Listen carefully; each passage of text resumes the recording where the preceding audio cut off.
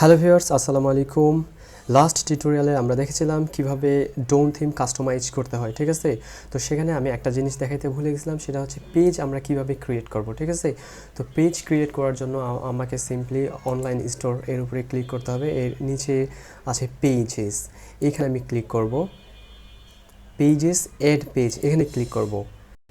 এখানে ক্লিক করার পর এই যে পেজের আমাকে একটা টাইটেল দিতে হবে, ঠিক আছে। তো আমি একটা পেজ ক্রিয়েট করতে যাচ্ছি, সেখানে আমার কি থাকবে, ব্লগ পোস্ট থাকবে, ঠিক আছে। আমি এখানে সিম্পলি লিখলাম হচ্ছে ব্লগ পোস্ট। এখানে আমাকে একটা ডেসক্রিপশন দিতে হবে, ঠিক আছে। তো আমি এখানে লিখলাম this is a page for blog post. এরপরে আমি হচ্ছে সেভ করলাম। আমার কিন্তু পেজটা অলরেডি ক্রিয়েট হয়ে গিয়েছে, ঠিক আছে। এখন আমি এই পেজটাকে যদি একটু কাস্টমাইজ করতে চাই, তার আগে আমরা দেখি যে আমাদের পেজটা আসলে কেমন হয়েছে, তাই না। এখানে যদি আসি, এখানে আমাদের পেজটা কিন্তু এখন শো করবে না, ঠিক আছে। এর জন্য আমাকে কি করতে হবে, এখানে আবার আমি আসার পরে এইখানে এই যে কাস্টমাইজ টেমপ্লেট, এখানে আমি ক্লিক করব। পেজটাকে আমরা যে ক্রিয়েট করলাম, এটাকে একটু কাস্টমাইজ করব, বিভিন্ন ধরনের সেকশন আমরা এখানে এড করব, ঠিক আছে।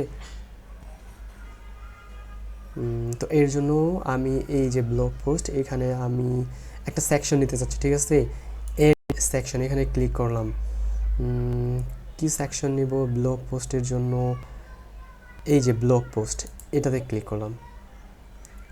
এই যে ব্লগ পোস্টের জন্য আমাদের একটা সেকশন এখানে এড হয়ে গেছে, ঠিক আছে। এখন আমি সিম্পলি যদি এটাকে সেভ করি, তাহলে কিন্তু আমাদের পেজটা ক্রিয়েট হয়ে গিয়েছে, ঠিক আছে। ব্লগ পোস্টও আছে এখানে। এখন আমি চাচ্ছি আমার এই পেজটাকে আমি আমার মেনুতে অ্যাড করব। তাহলে আমাকে কি করতে হবে, আবার ওই একই কাহিনী, আমাকে মেনুতে আসতে হবে। এর জন্য নেভিগেশনে যাব। নেভিগেশন থেকে এই যে মেইন মেনু, এখানে তো আমাকে অ্যাড করতে হবে, তাই না। তো আমি মেইন মেনু এর উপরে ক্লিক করলাম। ক্লিক করার পর এড আইটেম, এখানে ক্লিক করব। ক্লিক করার পর এখানে আমাকে আইটেমের নাম দিতে হবে ব্লগ পোস্ট, ঠিক আছে। এইখান থেকে আসে আমাকে এই যে পেজেসে যাব। পেজেস থেকে যে পেজটা আমি ক্রিয়েট করলাম, সেটা আমাকে এখানে লিঙ্ক করে দিতে হবে। এরপরে আমাকে এখানে সেভ করতে হবে। এখানে আবার সেভ করব, কাজ শেষ।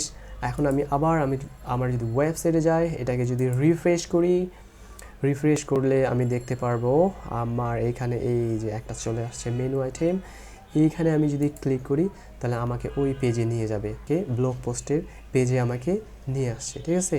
তো এইভাবে আপনারা পেজ ক্রিয়েট করবেন। তো এই পর্যন্ত আমার প্রায় 7টা টিউটোরিয়াল হয়ে গেছে, ঠিক আছে। এগুলো দেখলেই শুধু হবে না, আপনাকে অবশ্যই এগুলো প্র্যাকটিস করতে হবে, ঠিক আছে। আপনাকে হাতে কলমে শিক্ষা নিতে হবে, নাহলে আপনি এক্সপার্ট হতে পারবেন না। তো আপনারা বাসায় বেশি বেশি করে প্র্যাকটিস করুন।